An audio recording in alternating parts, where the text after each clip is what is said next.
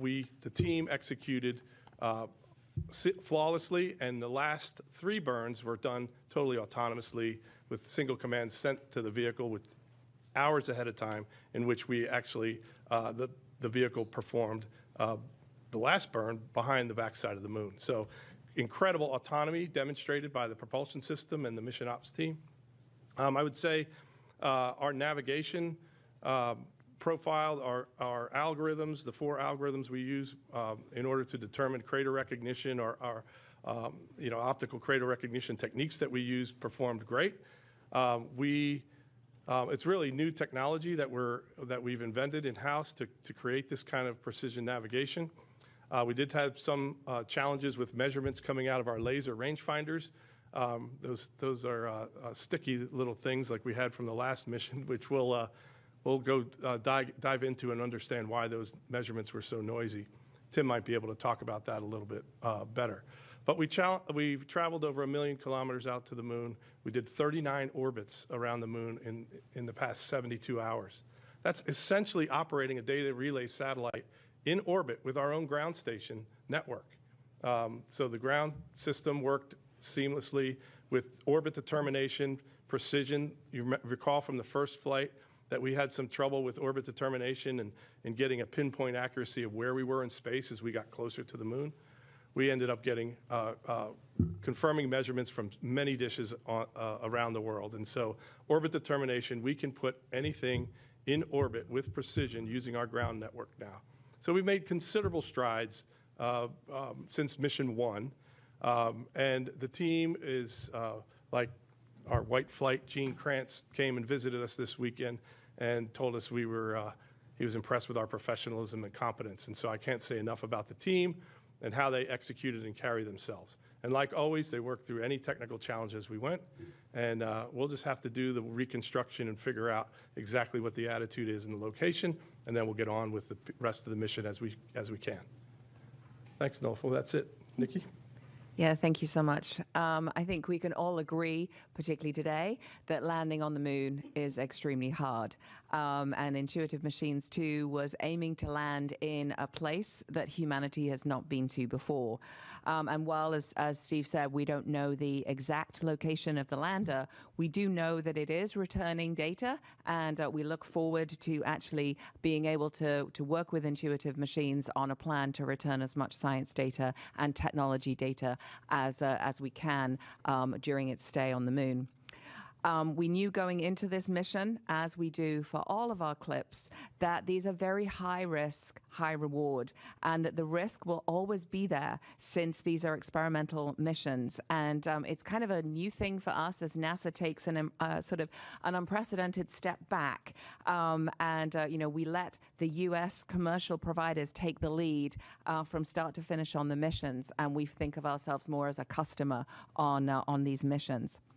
Our goal is to set American companies up to establish a lunar economy on the surface, and that means that even if it doesn't land perfectly, we always learn lessons that we can provide and use in the future. And at NASA, we're all not just about lessons learned, we're always about lessons applied. NASA's Commercial Lunar Service Initiative, or CLPS, is basically a one-stop, all-inclusive delivery service to the moon, where NASA is just one of many customers that are along for the ride. And American companies are always at the forefront of the innovation and discovery. The CLPS vendor is responsible for payload integration and operations, launching from Earth and landing on the surface of the moon. And I can absolutely say that Intuitive Machines did all of those things for us. And now we have 2 Texas-based landers on the moon, and that's a very exciting place, I think, for us to be. NASA Science is excited to partner with our Space Technology Mission Directorate counterparts to bring back both scientific and technology data in ways that we've never done before, using this cutting-edge technology that has now been delivered to the moon with Athena. We know we landed about 5 degrees from the moon's south pole on a lunar plateau called Mons Mouton. It's about the size of Delaware and about as tall as Mount McKinley. It is a very scientifically strategic location, and we're hoping that we will get some exciting data just because of its sort of origin story. It's 20,000 feet higher than any of the neighboring features around the lunar south pole, and it's believed to be untouched by any lunar impacts for billions of years. And we worked closely with our colleagues in STMD, or the Science Technology Mission Directorate, to actually sort of zero in on this location, because it really does provide opportunities for high-value, high-priority investigations and explorations informed by its unique characteristics. It does have a very large ring of craters that lie around its base, and they have those cliff-like edges that descend into areas of permanent darkness. So we're excited to see what science and what technology we can do. As Steve noted, we already have some data. We took data, we did health checks on the instruments on their way out to the moon, and so we've already kind of increased the technology readiness level of some of these technology demonstrations by actually having them work in this environment. And so that's exciting even before we get to the landing. So you are going to hear a lot more in depth from Clayton about the technology that we were really excited to have on there. As always, our goal is to look at what resources actually exist on the moon so that we can get ready to have our sustained human presence and then prepare to send our astronauts onto Mars. We always think of the moon lighting our way to Mars. So I'm really proud of this team, the Intuitive Machines team. I'm always really proud of my CLPS team and of all the people, all the experimenters that trusted us with their amazing technology. I'm really, really proud that American companies continue to be at the forefront of innovation and development as we move forward to create this lunar economy. So congratulations to Intuitive Machines for putting a second commercial lander on the moon, and congratulations to our NASA teams as well. Over to you, Clayton. Thank you, Nikki. So I want to start also by thanking Steve, Tim, and Intuitive Machines. Days like today are why we do innovation and discovery. They make those things possible. Thanks to their work and their courage and commitment to what we're doing here, we will be able to live and work on the lunar surface with humans. We will be able to land humans on Mars. That work has to start with days like today. And as Nikki said, we're going to learn every time we go. Each payload we carry, each bit of data we get back, we continue to work with them. We also are very pleased to be able to work with the aerospace community in general, because it's going to be all of us that are going to figure out how do we do that living and working on the lunar surface. It's been a really great opportunity to work through the CLPS programs, and we want to continue to be able to do that. I also want to thank STMD for leading technology development for the agency. This is a key part of what we do. Not only do we have scientific discovery, but the technologies. And we have those opportunities where we learn things that go beyond the technology's initial intent. And so that's part of what we do driving forward. So I want to make sure that that you're aware of that and we track all those things going forward. So as we go forward, we continue to work with U.S. industry.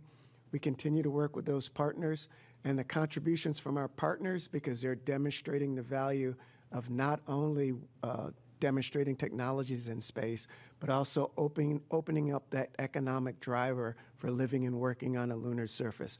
That'll be a key thing. So when we get back to that point, and I'll use aviation as an example, there was a time back in the day when only the government and those crazy daredevils mess with those flying machines. Now none of us give a second thought to hopping on an airplane. We don't build airplanes, we don't run airlines, but we are a customer and user of those. That's how you can imagine space going forward. But somebody has to do the heavy lifting and learning. So with that, Tim. Thanks, Clayton. Mm-hmm. They always point to the old offensive lineman about heavy lifting. That's kind of the way it works sometimes. I'd like to paint a little bit of a picture going back to Valentine's Day of last year when we launched Odysseus, Odie. And every day that we went in on that mission, it seemed like that vehicle was just trying to escape our grasp. And we had to put out brush fires and understand how the systems we'd built were really working in space. And so every day was a challenge on that mission. And then finally, we ended up on the surface and successfully communicating. and operated for many, many days. After the mission, the team got together and we made a list of all the things we had learned. What do we need to change for the next mission? And we had 65 items. 10 were critical. The others were, well, if we can get these in for IM2, we will. But if not, they can wait on IM3 and it's probably enough. We got all 65 of those in on this mission. We took a couple of days off after the previous mission. Then we got together, we do what we call a hot wash. And the first hot wash I did was on Project Morpheus when I was at NASA when we lost a vehicle. And then we did a hot wash of all the things we wanted to improve. And 8 months later, we're up and flying better than ever. So that was the experience kind of leading into spring of last year, April timeframe. These are all of the improvements that we want to make. Our orbit determination needed improvement. We had people flying around the world to improve our ground sites to give us better measurements. We partnered with NASA to have validation and cross-check data to make sure that our systems would work the way they're supposed to. We had issues that we learned on the way we controlled our engines that we wanted to test. Our thermodynamic venting system. Could we make that better? Could we make it work the way we want it to work? We ran into problems on the first mission with helium management. Helium is very important to our system for pressurizing our cryogenic methane system, also for RCS. And then we had measurements we wanted to make of craters that we weren't able to get in place on the first mission. So we had a lot of new technology we brought forward in this mission. And I'll be honest, I had a little bit of trepidation when we launched about what some of these new things and improvements might do in the system. It was a night and day operational difference. On day one, we gathered some data about our propulsion system, and then on day two, we fired the engine. Better than we'd ever fired it before. The comm systems on our Omni antennas, which aren't even designed to bring high gain data home, worked better than our high gain antenna had worked on the first mission. We get to the moon, our orbit determination was so precise that we were within a couple of kilometers in our 100-kilometer orbit. And we didn't even have to do a lunar correction maneuver that we had put in place because we had to do one in an emergency on the first mission. So it really had moved from come in on the day of operations and save the vehicle to grab your lunch pail, go in, do spacecraft operations as this magnificent machine called Athena moved her way to the moon, all the way into lunar orbit. And then really the last couple of days in lunar orbit, we were expecting a fully successful landing. We did see some noise on our landing sensors towards the end. Our crater recognition system, it's machine learning on board. How do you tell a computer to look for craters? Not only look for the craters, but identify which craters those are on the moon. Worked almost an order of magnitude better than we'd anticipated. So we had every reason to believe that we were going to come down and land, with all systems the way we wanted to. We're trying to evaluate exactly what happened in that very last bit, but I would tell you the improvement from the last mission to the next mission really in less than a year when you consider the fact that you have to be at the Cape early, you have to be done with testing before that. We took a little bit of time off after working really hard on the first mission. That's building, improving, and shipping a new spacecraft to go to the moon in 9 months. And I'm incredibly proud of the team. I'm incredibly proud of how well this vehicle performed. And I will tell you, the future is bright for Intuitive Machines to land lots and lots of cargo on the moon. And I'm excited to do that in partnership with NASA. Great. Thanks to our briefers for those initial remarks. We'll now open it up for questions. Again, if you're on the phone bridge, please press *1 to submit a question. Once your name is called, please state to whom you'd like to direct your question. If you find that your question has already been asked, please press *2 to withdraw it. Let's start in the room before we go to the phone bridge. Gina Sinceri for Steve. You said off nominal, but what pleasantly surprised you that worked well today? Can you kind of put it, off nominally, yeah, but things worked. So what was it worked that said, wow, good for this, that? Well, one thing that is very exciting, it's a high-stress moment, but when we initiate powered descent, that is a 15-minute-long engine burn with a full throttle profile from 90% of throttle down to roughly 20% of throttle. It has dynamic movements like, you're braking for hundreds of seconds, then you're pitching over and you're descending and you're throttling down. Very dynamic. And that's a nail biter because everybody's quiet. And if you looked at the control room, everybody's just sitting there steely-eyed, watching the burn go. That to me was an amazing moment. To fly that profile with this propulsion system and these navigation algorithms that Tim was talking about, receiving this data, these machine learning algorithms that we've come up with, and watching that all work in harmony was interesting, was just fascinating. And I really think that that is the moment that you have to have the courage, like Clayton said, to take this, be in this business, to be able to put it all on the line and say, this is going to be successful. And we're going to, if not, if it's a little off nominal, we're going to pick ourselves up and we're going to try it again. We're going to keep doing that. And so when we see that we saw, for example, the hazard relative navigation call a diversion autonomously from our planned landing site, saying that we see slopes greater than 10 degrees and boulders bigger than a bowling ball, you can't land there, and diverted us from that landing site to another one autonomously. It's incredible.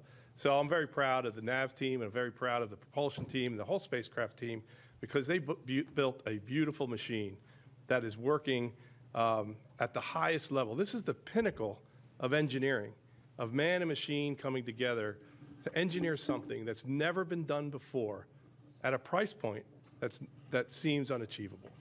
So we really did mature the system, and this was evidence of it today.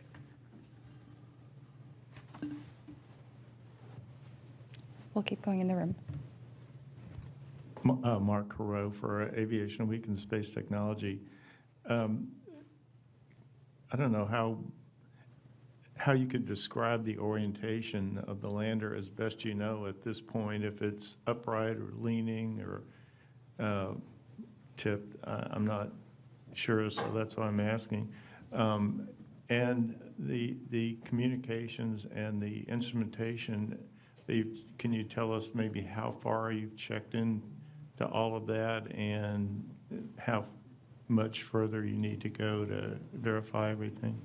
Well, I can talk about the communications part, because I just left the control center before I came over here. What I can tell you is that all 4 of our radios were active, and we were switching through comm configurations to see what the best high bandwidth solution was. And so we were getting the first packets of data down. We were able to send commands, and those commands were readily accepted. All of our telemetry was clean. So really, unlike last mission where we had to figure out reverse polarity and bouncing off the moon, it looked like this time sending and receiving messages was fairly straightforward. The challenge the team was working through was, how do we establish the high bandwidth, the data links, so you're not getting just telemetry, but we're able to bring down the images so we can really get a good picture of where we landed. So that was still in work, but it wasn't, of the 4 radios, 2 of them aren't working. How do we repatch this? It was, okay, I've got 4 clean radios. We're talking better on some antennas than others. What's the best combination of those to move into a high data rate? As far as orientation goes, there's conflicting data that we saw. If you listen to the live stream, if it was in the control room listening to the voice, you heard the prop console, propulsion element console, call out that they had pressure in the combustion chamber, and that would indicate that the vehicle was upright. We had another conflicting measurement that the IMU, the Z direction, which is horizontal, was pointing upright. So that would say it was on its side.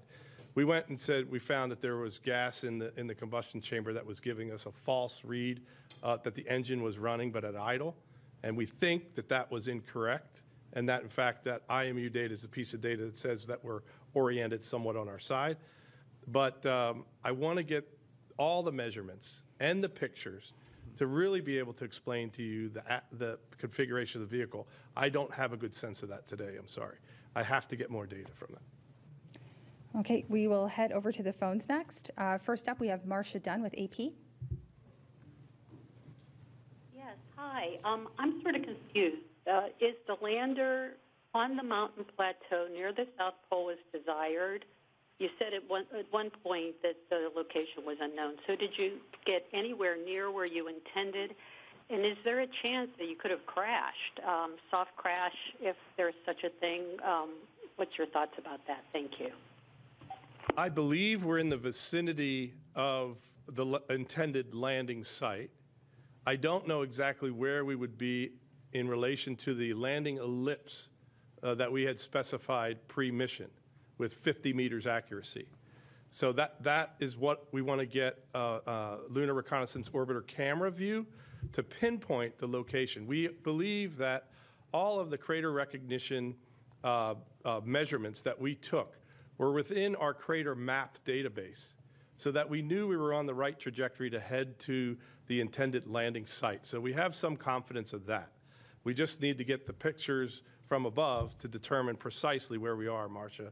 It's not a fact of blindly not knowing. We know generally where to look. It's just with the precision that we can report is what I want that piece of data from. Tim, anything to add? Yeah, we're definitely on Mons Mouton. And our pre-mission analysis was that basically if I could get a single crater fix before we lit the engine, a crater fix after we lit the engine, and a crater fix before we pitched over, that just 3 measurements would be enough for us to land within 50 meters of the landing site.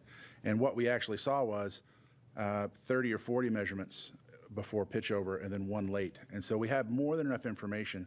And the way this works is it's kind of like a fingerprint. The algorithm looks out at the moon and it says, first of all, I'm a navigator, offensive lineman navigator. I'm a navigator by trade. And so the computer looks out and it says, where are all the circles? And those are easy to identify. Okay, here's all the circles. 280 circles, maybe, in one measurement. And then, okay, of those circles, which of those could be craters because they have the right characteristics of light on one side and dark on the other? It'll go from 280 circles to 20 or 30 potential craters. Then those potential craters go into a database search, which is very much like a fingerprint. Okay, how can I fit these circles together that matches the database of all the craters we're going to fly over the moon? And then it'll pop out and go, here are 4 guaranteed craters. And then that goes back onto the onboard navigation system, and it says, hey, is that close enough to where I think I am for me to refine where I'm going? And the answer over and over and over was yes. So if it was the wrong craters, the navigation system would reject them, and it would say, no, that's way off. It's on the other side of the moon. That doesn't match. And if there was the wrong craters, you'd think that the machine learning algorithm on board wouldn't be able to identify them. The fact that those were all consistent going all the way down means that we were absolutely on Mons Mouton, right? And so when we get a picture in a couple days, we'll be able to guarantee that. We're probably going to look at our radiometrics as well and see if we can't do a tracking pass. And, usually you track spacecraft in orbit. We'll track the spacecraft on the surface. And we'll see what we get. A little bit disappointed because our precision landing target was a 50-meter landing site. We're probably outside of that, but absolutely on Mons Mouton. All right, we'll take one more question on the line. Next up, we have Bill Harwood from CBS News. Bill? Yeah, hey, thank you very much. For Steve Artemis, I mean, it sounds like what you're saying is that the best data you have, the indications from the IMU that's indicating the lander did, in fact, tip over and is resting on its side. Am I interpreting that correctly? And if that's true, given your comms, the power generation, the stuff that's facing Earth, can you say anything about how this might, if this is true, how this might affect your payloads? Thanks. Yeah, the IMU measurement, it was the piece of data that gave us the most clarity. When we dug into the propulsion data, like I said, we kind of refuted that. So we think that's the case. I would like to get a picture, though, to know the orientation of exactly where the antennas are pointed, where the engine bell's pointed, where are the solar panels, so that we can figure out a power profile. We know we can communicate with the payloads. We can talk to them and command them on and off. So if we can figure out the orientation correctly with imagery, we can then develop a power profile, like I said, and then result in a series of priorities in the science and technology list that would allow us to capture some mission objectives for the mission. Turn on the drill, turn on the mass spectrometers, for example, sniff for water as we vent the LOX tank, for example, with the Hungarian sensor, the pulley space sensor, or with M-Solo, the STMD Prime 1 drill package mass spectrometer. Nokia, we know we can talk on Nokia radios on today. So there's quite a number of objectives that we can meet. We just have to lay that out here over the coming shifts. We just went from the operational shift, Tim's shift, mission director for Blue Team, and handed over to the surface team, and the surface team will set those priorities and lay that out going forward.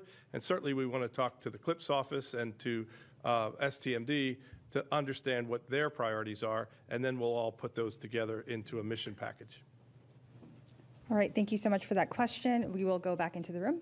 Hi, I'm Seth Kovar from CW39 here in Houston. We're very interested as a newsroom in this story, but part of the reason is we have a Houston institution and Johnson Space Center and NASA, and then we have a Houston company and Integrated Machines working together. Is there significance to that for the local economy, the local workforce, or any kind of significance you can think of? Yeah, I would say, Seth, thanks for the question. We began Intuitive Machines, I'm a former civil servant of 25 years from Johnson Space Center and Kennedy Space Center. We formed Intuitive Machines right outside the gate of NASA's Johnson Space Center. And we built a sense of community. We worked with the city of Houston and the Houston Airport System to build our Lunar Production and Operations Center at Ellington Field, the Houston Spaceport. We worked with our local community college, San Jacinto Community College, to develop a technician training program where we can train and certify aerospace technicians in machining, in electronics, in composites, and give them jobs, give them careers in aerospace, building spaceflight hardware. So we're very closely tied to this economic region in building out this lunar economy right here in Texas, right here in Houston. We'll do one more question in the room. Eric Berger with Ars Technica. Two questions. First of all, for Tim, could you just talk a little bit about the power and data rates you're getting now versus like what you would expect from a perfectly nominal mission? And then maybe for Nikki or Clayton, if the spacecraft is on its side, I would imagine it perhaps depends upon which side it's on, but can the prime drill mission operate as intended, or is it not going to be able to drill unless it's in a vertical configuration? Thanks. Yeah, power is interesting at the South Pole because it's impacted not only by the solar illumination and our consumption, but by the thermal environment. So the big variable that our team was trying to establish before we left was, how much heaters are we going to have to run? And so if you notice, when you look at our landers, some of the sides are painted white to reflect solar light, other sides are painted dark to absorb more heat. So the real variable in all that. But when I left the ops center, we had achieved charging. And so, looking at that, once we find out exactly what orientation we're in, we'll be able to figure out what the longevity is and how to plan that power.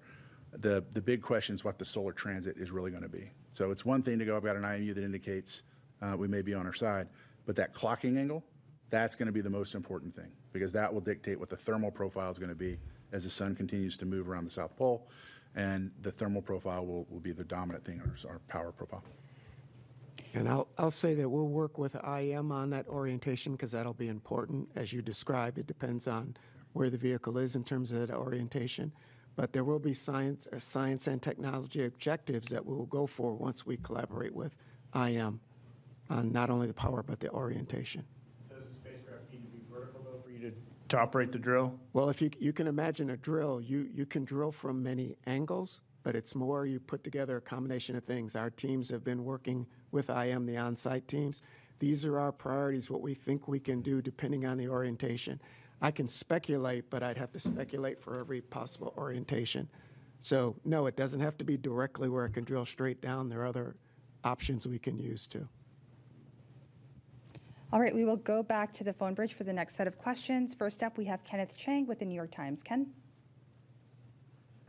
Hi, thank you. I guess this is for Steve and Tim. When during the descent did the telemetry start getting strange, and can you tell what was going wrong? I think, Tim, you were managing the flight at that point. Why don't you give some insight? Yeah, our laser altimeters, we tested those out. If you recall on the first mission, we had an issue where they wouldn't fire. We tested those extensively on this mission, and we fired them on the ground before we launched at the Cape. We fired them in orbit at the moon to make sure we saw power pulses, and then we fired them again in the lunar descent orbit. And that's where we first saw that there was more noise in the system than we had anticipated. And so as we came around for the final approach, we were concerned about the noise we were seeing in those measurements, but at the same time we were seeing better than expected results on our crater tracking. And so the hope was that that noise would clean up as we got closer to the moon because the signal to noise gets stronger. And so the way these systems work, you have a power pulse that comes back, and that identifies a range measurement. And so that's what we were monitoring on the way down, and it just remained noisy all the way until touchdown. So that's where we're going to look as we investigate, what impact that might have had on the system for doing the final sequence of landing.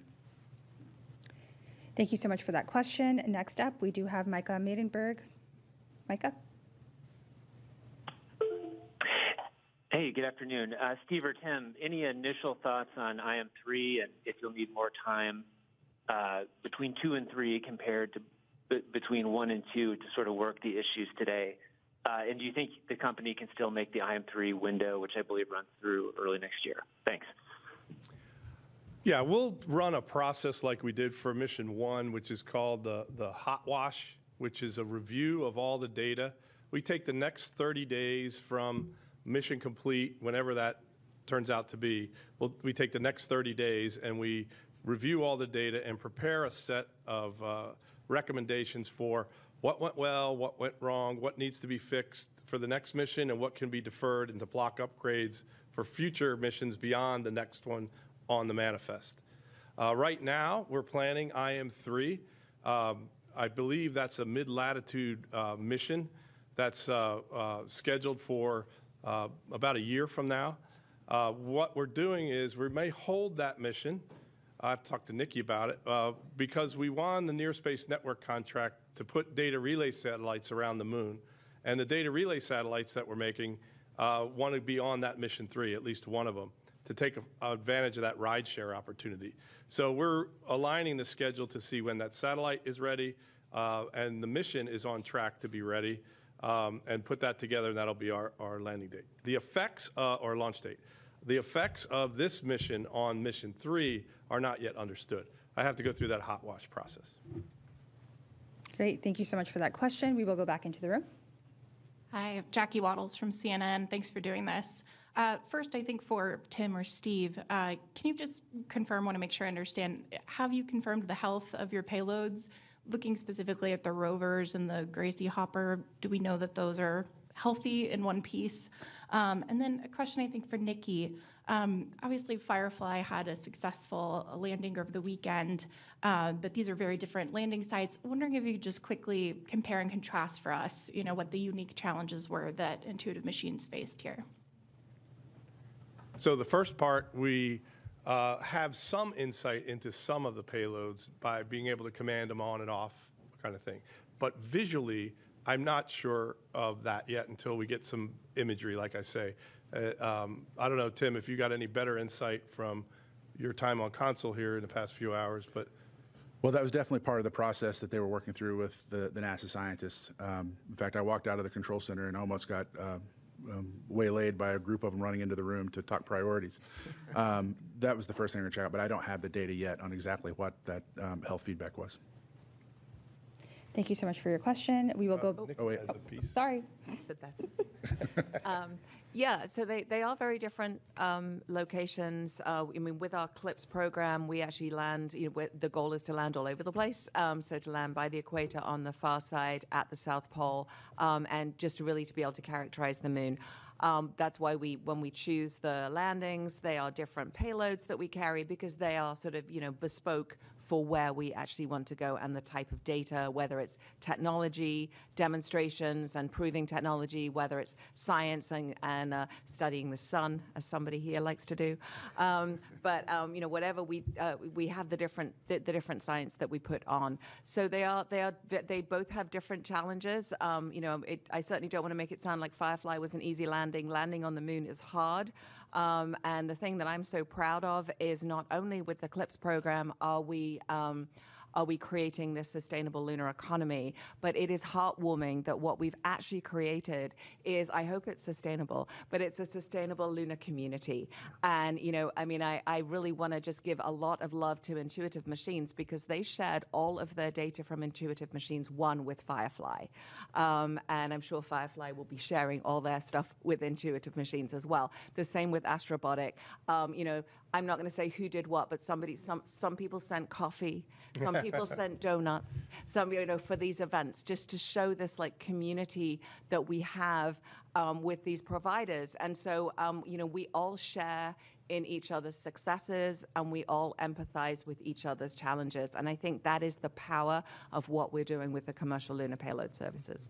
Yeah, and I'll add to that just an example from this mission. Once we got into orbit, Firefly had already landed, and we were getting a signal interference on one of our radios, and we knew that one of our frequencies was close to theirs. So we called Firefly up and we said, hey, listen, we're trying to land, you're already down. And can you help us out? And their response was, yeah, absolutely, not a problem. Now, it turns out we figured out that wasn't the cause, and so we were able to not have to ask them to do anything. But the sense of community, and anytime humanity puts a lander on the moon, it's a good day. Yeah. And so they definitely lived up to that. They were willing to help us out. Happy to help them out in the future, too. So now, I'm a navigator, as I mentioned, and we took some really, really great pictures flying over the South Pole. And even as a space person, I am like everyone else. I'm used to looking at the moon and seeing the bright part and the really dark part. The South Pole is different. It's this twilight space of shadows and grays that it was interesting. I'm really proud of how well our crater tracking system did in this very unusual lighting condition. So we'll get it next time. Great words. Thank you so much. We will go back to the line. We have Jeff Faust with Space News. Jeff? Hey, good afternoon. A question for Steve or Tim. How far off the sort of the nominal landing altitude can you be and still deploy the hopper and the rovers? If you are somewhat on your side, as you say, would it still be possible to deploy them in some way? Thanks. Well, Jeff, we're going to look at that. Obviously, we need to know the orientation of which panel, A, B, C, D of the hex is facing up. Or what is it on a slope? It's pretty flat there, but what is the orientation? And we want to think about that. And what is the configuration, say, of the hopper with its propellant tank and its thrusters? And can we do that? I would love to try that and see if we couldn't fly that off the rail system. I'm not sure yet, though. There's more data to be gathered. We'll come back to you and talk about it. I'm sure we're going to come up with something interesting. We have a few more questions on the line. Next up, we do have Joey Roulette with Reuters. Joey? Hey, thank you. For Tim or Steve, Intuitive Machines seemed pretty confident that the laser rangefinders this time would work given the past issues. What went wrong this time? I know you guys have a lot of data to look at, but where do you think things might have gone wrong this time to see another problem occur? And for Nikki, sorry if you had mentioned this before, but if we do confirm that the lander's on its side, can we still do the NASA experiments or the drill? Like how does that restrict you then? Thanks. The first indication that the laser rangefinders, well, let me start at the beginning. I think Tim covered this mostly. We immediately fixed the safety enable switch on the laser rangefinders for mission 2.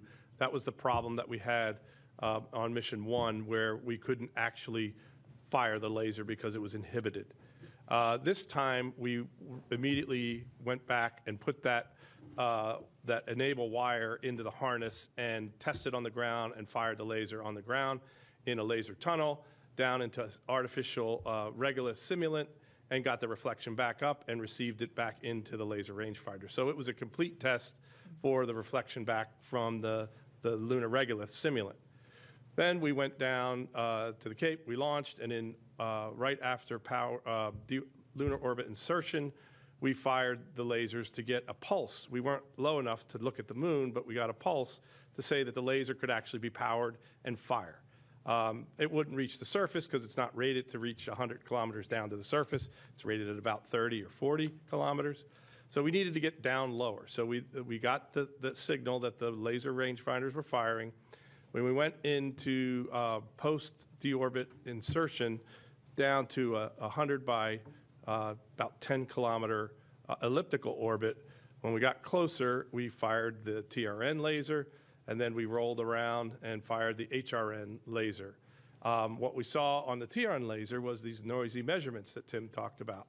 And so we decided with that one that we couldn't necessarily trust to automatically ingest those noisy measurements into the Kalman filter, which is part of the nav system. And it's weighted as how much you use and trust that altimeter setting. So we were going to ingest those manually. So we changed the trajectory to give us more time to evaluate those measurements, determine if they were healthy or noisy, and then we would ingest them in appropriately. The HRN laser, though, had an interlock signal. Now, we fired it in orbit, but an interlock signal came on when we tried to fire it post deorbit insertion, which meant that it would not receive measurements, return measurements. So we waited, we cycled it several times. It actually came on very late in the trajectory, beyond the time we would have used it. We saw that interlock signal go off. So we think that there was either vibration or a thermal issue that caused a pin of sorts or a connector to get out of whack and get an intermittent signal. We know that we saw in a flat sat when we had a loose wire and you jiggled it, that interlock would go on and off. And so there was some event in space that caused that connection to get a little squirrely on us. And so that's kind of what we think at this point. Yeah, and the differences between what we tested on the ground, it's really atmosphere, distance, and temperature. These are infrared lasers. And so now, instead of firing them over, a few hundreds of meters in one Earth atmosphere at Earth conditions, you're flying them at sometimes very hot, bright lunar surface, sometimes at very cold, dark lunar surface. It's in a vacuum and at much longer distances. And so we do the best we can to tune that out on Earth. But then when we got to the moon for the first time, we saw those lasers in operation. So that's definitely an area we'll look at going forward. And thanks, Joey, for the question. We have already had some success. We've had the instruments on during the cruise phase, so we've actually been able to test them in that sort of area around the moon. We are excited about the fact, I know we've already had M-Solo on even today, and so we've actually had it working in the lunar environment, which is a big issue, a big thing for us. That's a big success, is to see these instruments on and working in the environment that they were designed for. Obviously, without knowing the exact orientation of the lander, it's hard to say exactly what science we will and will not be able to do. But we are excited. I mean, I think Tim kind of put it really well. He was nearly knocked over by a group of scientists ready to make the plan of what we can do. And we're very resourceful. NASA science is very resourceful. We do great science wherever we go in the universe, from the center of the sun to the edge of the universe. We do great science every second of every day.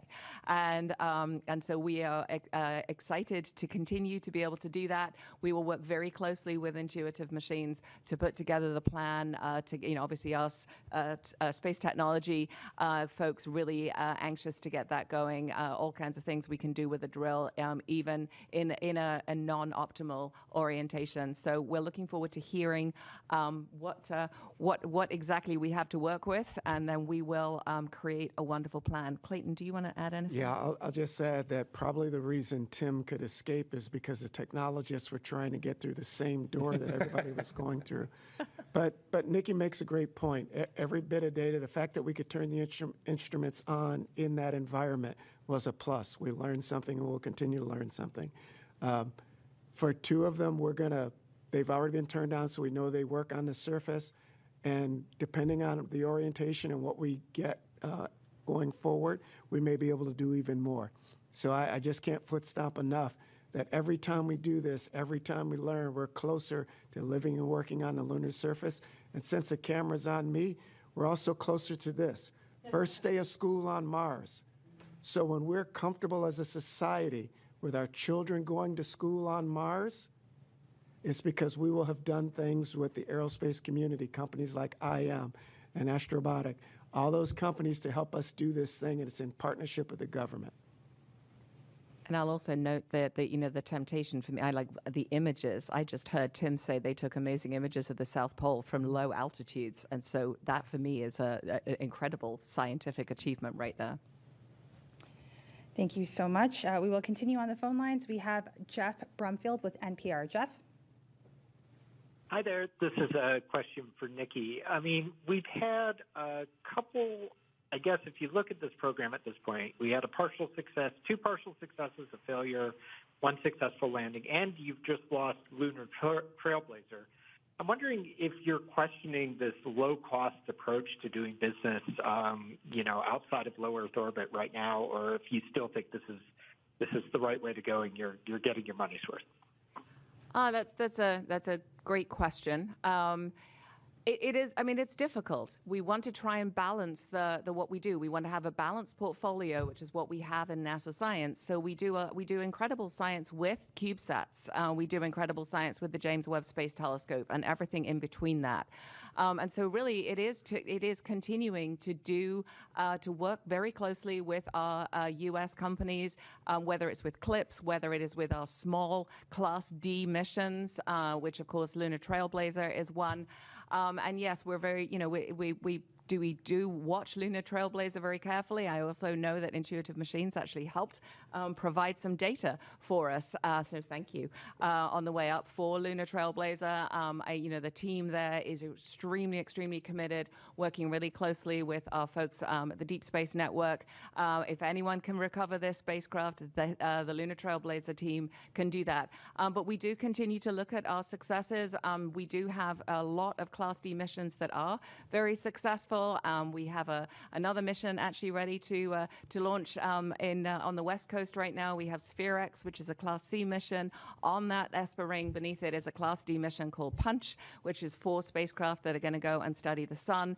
And just a few days after that, we have a wonderful little mission, which is 3 CubeSats that are going to study the auroral electrojets. It's called EASY. It is a very, very small mission, and it is a unique mission because it's getting to a region that is too high for aircraft and too low for traditional spacecraft. And so we continue to lean in to these missions. We celebrate, as I said, about the CLPS community, our Class D community. We get together, we celebrate one another's successes, and we empathize with one another's challenges. And so we will continue to push forward. We have Escapade coming, which is 2 spacecraft. It's the same program, the same simplex program.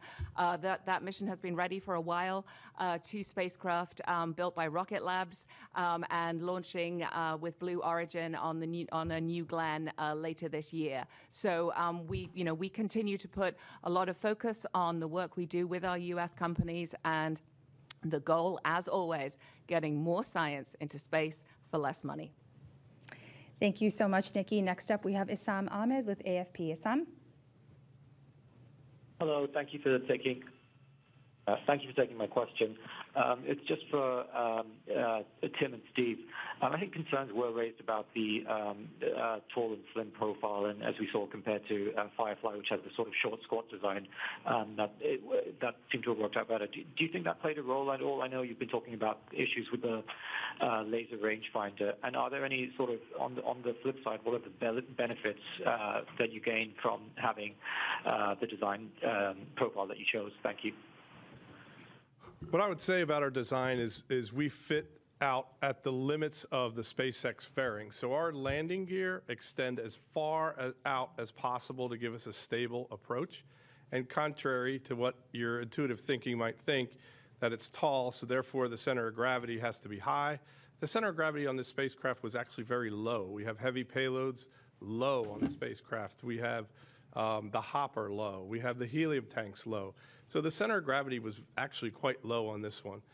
So we know that didn't play a factor. In fact, it actually hurts our control system to fly with a center of gravity that low, and we had to work out slosh problems because of that, because we were exciting the slosh in the tanks. And so we know how to control the vehicle with the center of gravity and the footprint that we have. So the benefits, though, for the spacecraft are significant.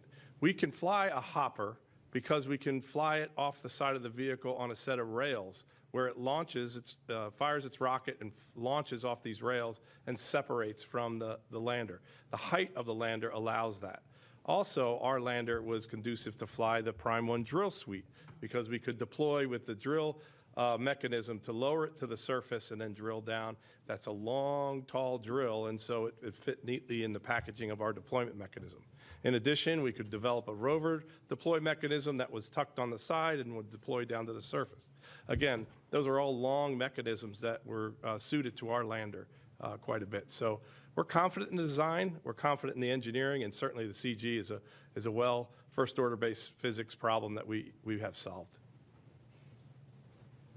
Great, thank you so much. We do have continued questions on the line, but we only have a few minutes left for questions. We'll continue on with Jishnu Nair with the Houston Business Journal. Jishnu? Hi, this one's for Steve and Tim. Just kind of following up on some of the other questions about kind of payloads. Just from like a business-to-business perspective, wondering, what kind of allowances are built into, contracts for payloads like the Lunar Outpost rover or other kinds of payloads if their time on the lunar surface ends up being shortened or compromised?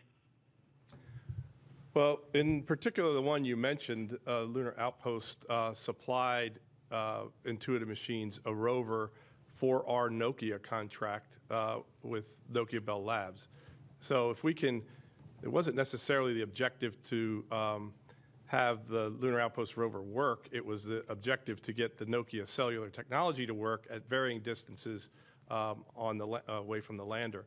Both the rover and the hopper provided opportunities to do that. The way we do the contracts, though, we have certain language in there where, we're testing the envelope, we're testing the boundaries and the limits of what's possible.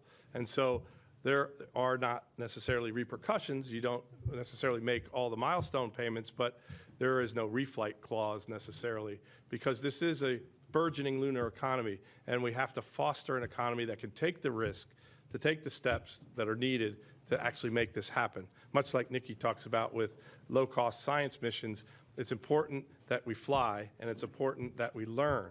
And that's what these contracts are written for, to allow for failures or missteps or contingencies. And so that's the business model today in a burgeoning lunar economy. Thank you so much. Next up, we do have Lisa Grossman from Science News. Lisa? Hi, thank you. I also wanted to ask about whether the rovers and the hopper would be able to be deployed, but it sounds like that's not something you can answer right now. Is there anything more you can say about that? Well, you're correct. I really would like to get a little bit better understanding of the data and the pictures and images to fully assess before I commit to or say that we can't do something. We've got a very innovative team, and I think if given the time and the opportunity to study the problem, we'll come up with something. Great. So we have time for 2 more questions. We will take one more on the line. We do have Marcia Smith with Space Policy Online. Marcia? Could you talk just a little bit about the prime drill and how important that data is? If it doesn't work on this one, is it valuable enough for NASA to build another one? And if so, is the IM lander the only one that has the suitable size to fly it? So the prime drill is another one of those technologies where we're learning how we discover not only from a scientific perspective, but how to live and work on the surface, right? What's in the surface, where there are resources like the ice, what is the regolith like, what can we get from the regolith? So we develop a series of technologies over time, and if we're certainly happy to share our roadmaps to say how we get to those answers. In this case, the prime drill was the exact right technology. Our colleagues at Kennedy Space Center developed the system. So we will pursue that data we need to get, but we'll do it in a number of different ways. So we learn every step of the way, and we'll keep pressing. Thank you so much, Clayton. We will continue online. We do have Mike Wall with Space.com. Mike? Thank you, guys. Just a quick question for either for Steve or for Tim. Do you guys know when is the next LRO pass? When do you expect to get those photos down? And is there any way you could confirm the orientation of Athena if you don't get that imagery as you're expecting? Thanks.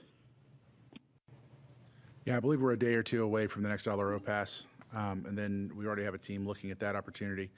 The number one thing is after the first mission, we definitely added more cameras to this vehicle. So we have a number of cameras to choose from to help us visualize the horizon. We can get a lot of information, really the way humanity's done it for millennia, by looking at the distant horizon, seeing the Earth in the field of view. With that information, we'll be able to confirm orientation. Great, thank you so much. And thanks to everyone who submitted questions today. And thanks to our briefers for taking the time to discuss Intuitive Machines' second moon landing enabled by the agency's Commercial Lunar Payload Services, or CLPS initiative. We hope you'll continue to follow along the mission on Intuitive Machines' platforms, as well as nasa.gov/CLPS. Thanks again for joining us. That will wrap today's briefing.